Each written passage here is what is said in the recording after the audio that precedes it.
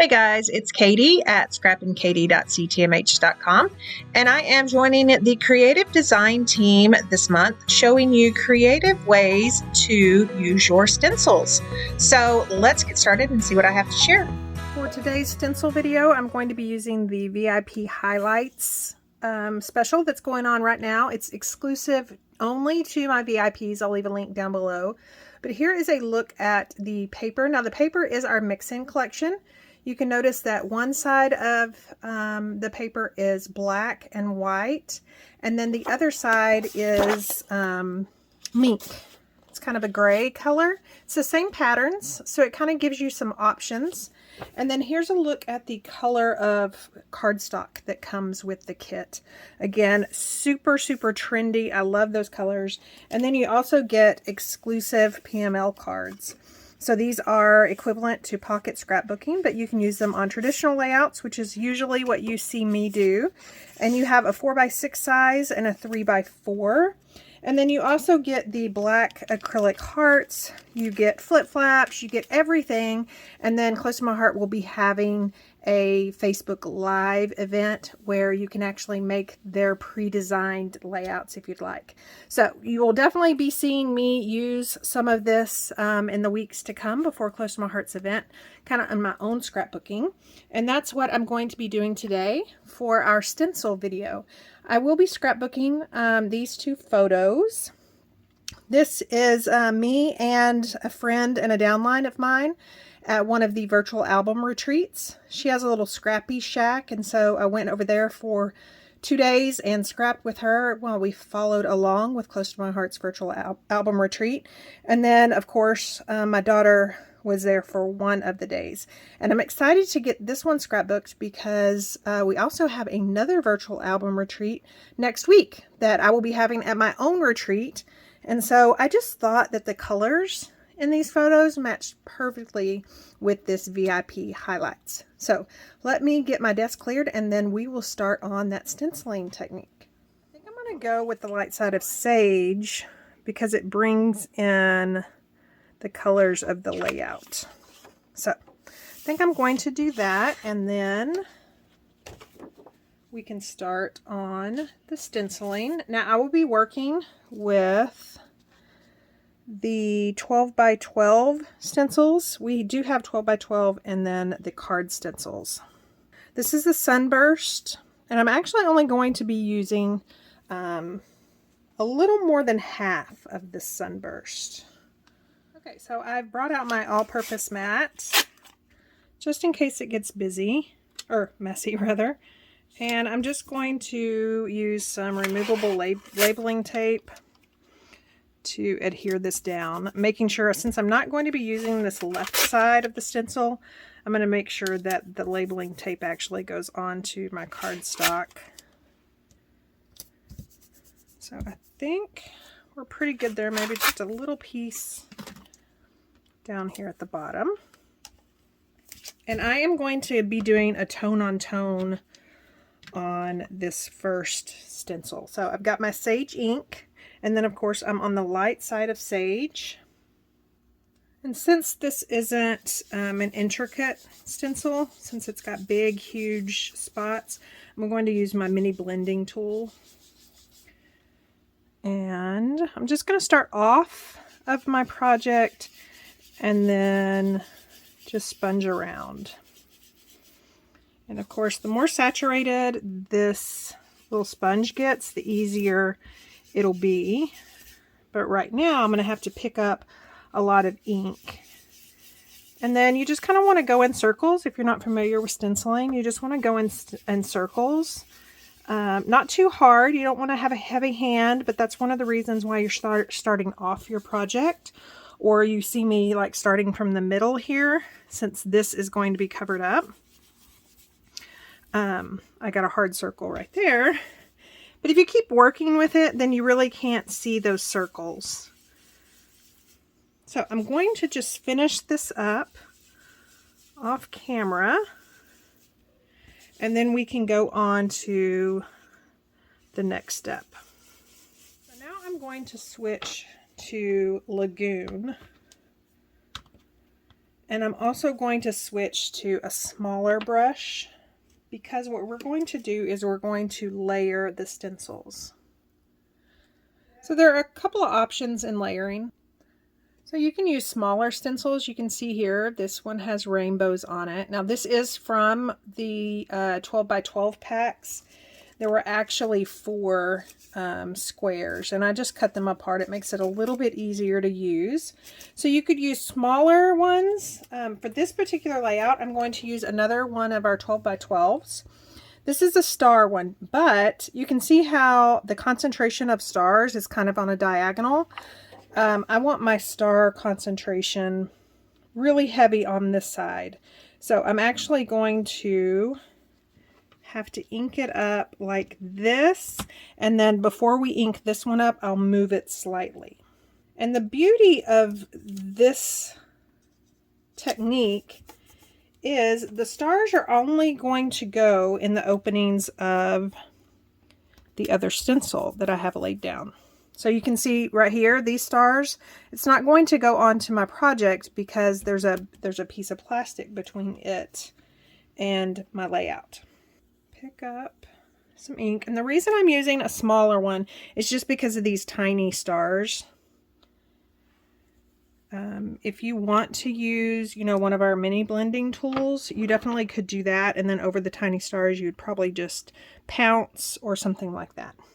So again, I'm going to kind of start off the project, and when I say off the project, in one of these little areas where the plastic is between the star and my project.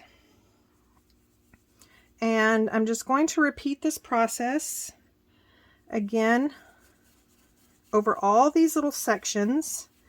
And I'm going to do that off camera, and then I'll come back on before I flip it to do that section up at the top. Okay, I'm finishing up this panel. I just kind of wanted to show you what I was talking about. The stars wouldn't go on the places of that sunburst. So see right here, there's definitely a border around. Because there's that sunburst right there on the plastic, that star is going to stop right there. So I think I've got all these done. Again, this really came in handy. This little one came in handy in getting not only those small stars, but if you recall, this is actually like 2 stencil material deep. So sometimes it's kind of hard for that sponge to get in there. Flip this around so we can do this one. And I think let's do that.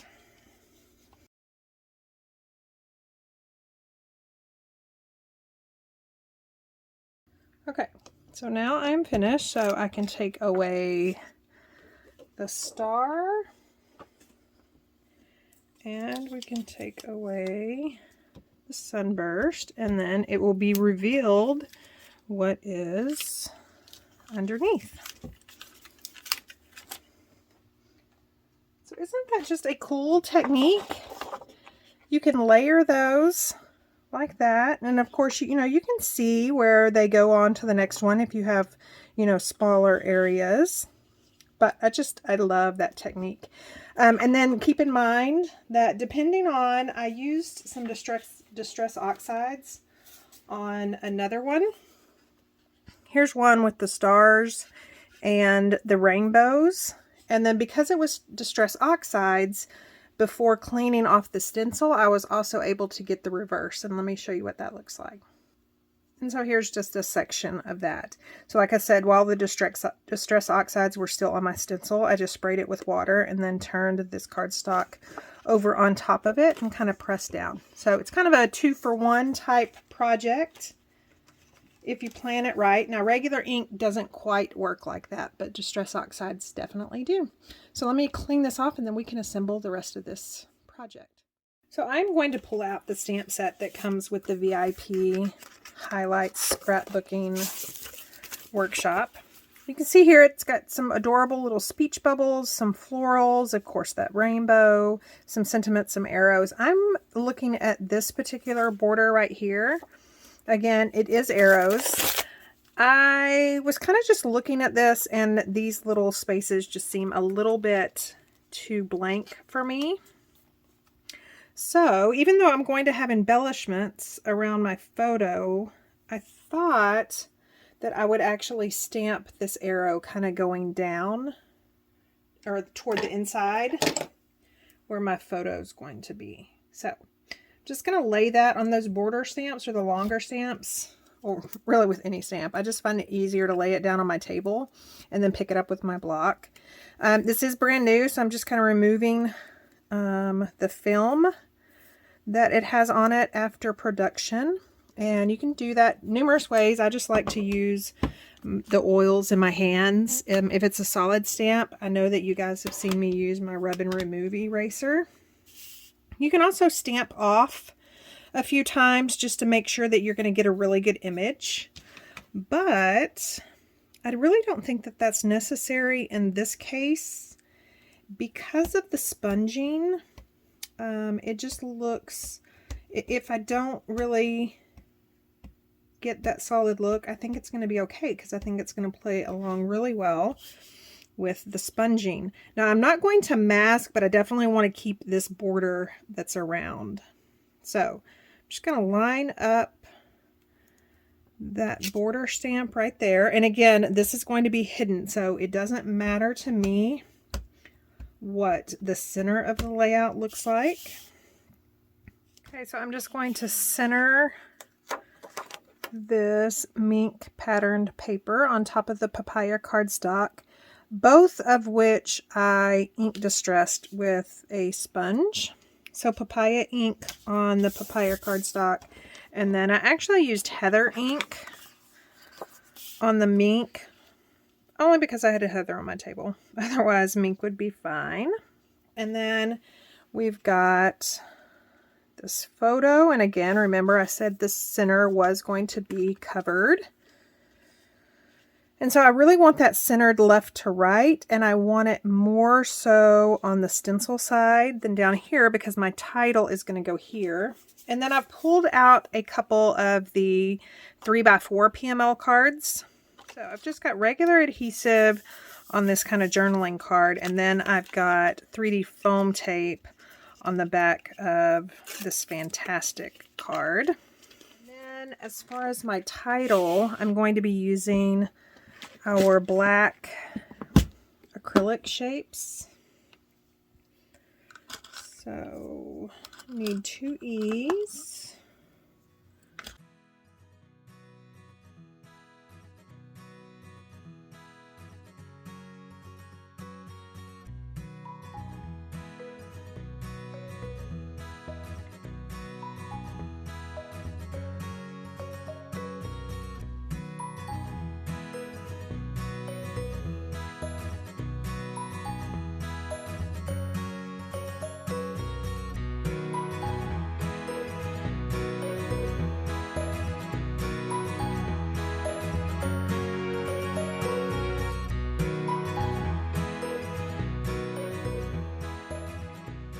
I am just going to finish off this title by making sure that E and that A are straight, and I pulled out my T-ruler for that. And then I am going to add a date using one of the 3x4 PML cards. So I just trimmed that to 3/4 of an inch. I'm tearing it to make it look like washi. I'm going to ink the sides just to kind of bring some dimension, and then I'm going to use my date stamp to add the date. I'm going to ink that up in black ink and then do a triple generation, which means I'm going to stamp it once, a second, and a third time without re-inking it. Once I have that glued down, I'm going to take my journaling pen and add just some X stitching marks all around the layout. And then I'm going to finish it off camera with some black enamel dots. And that is pretty much my layout. Again, I am showing you how, or I showed you how to layer stencils. And you really just could run with this. You could even do stamps. You just want to make sure that you get a real good crisp image next to the stencil paper. And don't forget that I will leave links down below to everything that I used, as well as that VIP highlight special that is available for VIPs only. And don't forget to check out the rest of the creative design team. We will be going all week long showing you more stencil videos. You've got Chelsea up tomorrow, and then Carrie will finish up the week on the weekend. Thank you so much for stopping by and watching. If you liked what you saw, please give me a thumbs up and leave a comment. And as always, if you aren't already a subscriber, hit that subscribe button and sign up for notifications.